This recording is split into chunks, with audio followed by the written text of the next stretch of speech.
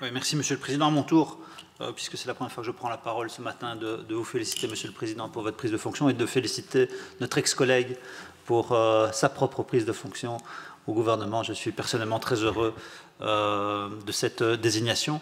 Alors, j'entends tout à fait ce que la ministre nous dit.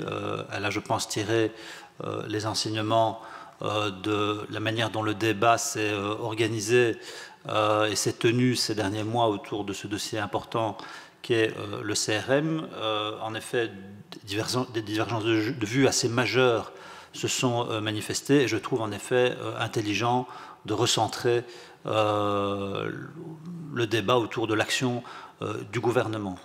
Cela dit, et précisément parce qu'on sait que des divergences de vues importantes existent entre les acteurs de ce dossier, je pense que ce recentrage devra se faire nécessairement dans la plus grande transparence. Donc le Parlement devra continuer à être informé de la manière dont le débat se fait en interne au comité de suivi, de manière à ce que nous puissions nous positionner en pleine connaissance de cause. Je ne doute pas que la ministre sera soucieuse de cette transparence. Elle l'a déjà démontré lorsqu'elle était avec nous de ce côté-ci du banc. Voilà. Merci Monsieur le Président. Merci Madame la Ministre pour ces éléments d'information. Vous aviez pris les choses en main avec ce Parlement et cette commission, et vous avez voulu garder la main comme ministre en rencontrant très vite la commissaire, qui est aujourd'hui un acteur clé pour la réussite du programme du gouvernement en matière de politique énergétique. Et la Belgique, ça a été dit, a reçu le 21 septembre la notification du lancement d'une enquête approfondie du mécanisme. Et donc, la question fondamentale, c'est quel va être l'impact du lancement de cette enquête sur le calendrier du CRM. Et je voudrais que vous puissiez dire clairement, vous qui avez rencontré la commissaire, si vous êtes aujourd'hui en mesure de nous garantir que les calendriers de réalisation de l'enquête approfondie, du lancement des enchères et de la sortie du nucléaire sont tous les trois pleinement compatibles. Qu'en est-il des enchères de mars 2021 Instruction au gestionnaire du réseau d'organiser la première enchère Y-4 et des enchères prévues en octobre 2021 afin d'octroyer les soutiens aux producteurs qui s'engagent à offrir les capacités supplémentaires.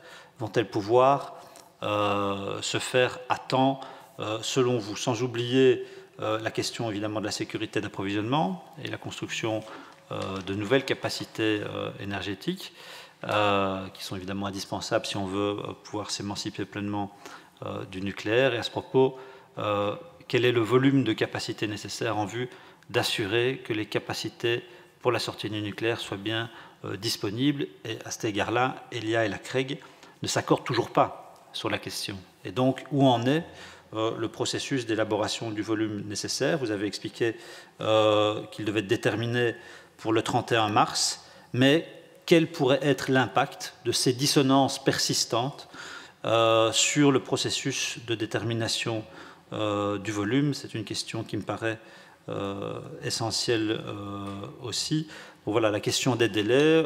Mon collègue Kogolati a rappelé ce qui était pour le groupe socialiste une priorité majeure, à savoir l'absence d'impact sur la facture des ménages. Je rappelle que la résolution, et M. Wallans l'a rappelé, que vous présentez comme la feuille de route pour votre travail, la résolution prévoyait que non seulement l'impact sur la facture des ménages soit nul, mais qu'en plus de ça, on ne se contente pas de dire on va aller chercher l'argent sur le budget de l'État, peut-être au détriment d'autres politiques.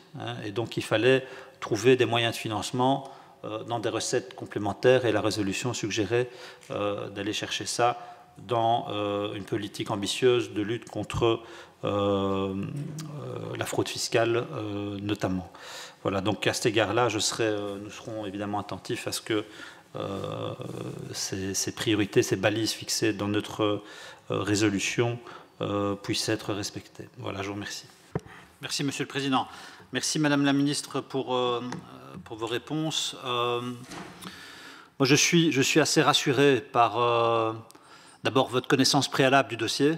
C'est toujours évidemment rassurant de voir une ministre arriver sur un dossier aussi important que celui-ci en le connaissant parfaitement. Et votre expérience, évidemment, au Parlement, dans cette commission, vous a enrichi d'un certain nombre de connaissances qui seront peut-être déterminantes dans la bonne suite à donner à ce dossier. On est évidemment tous conscients, en tout cas moi je le suis, de l'héritage qui est le vôtre. Vous héritez d'un dossier, et vous l'aviez dénoncé avec nous il y a quelques mois encore, quelques semaines. Vous héritez d'un dossier sur lequel beaucoup de temps a été perdu. Il va maintenant falloir travailler de manière extrêmement sérieuse, avec beaucoup d'engagement pour que, en effet, ce dossier qui va rester sensible et compliqué pendant encore longtemps puisse trouver une issue conforme, évidemment, à l'accord de gouvernement que nous soutenons. Et donc, vous aurez évidemment tout notre soutien pour y arriver. Je réitère, évidemment, mes demandes de transparence pour que cette collaboration qui se veut soutenante puisse s'implémenter de la meilleure manière possible. Voilà, je vous remercie.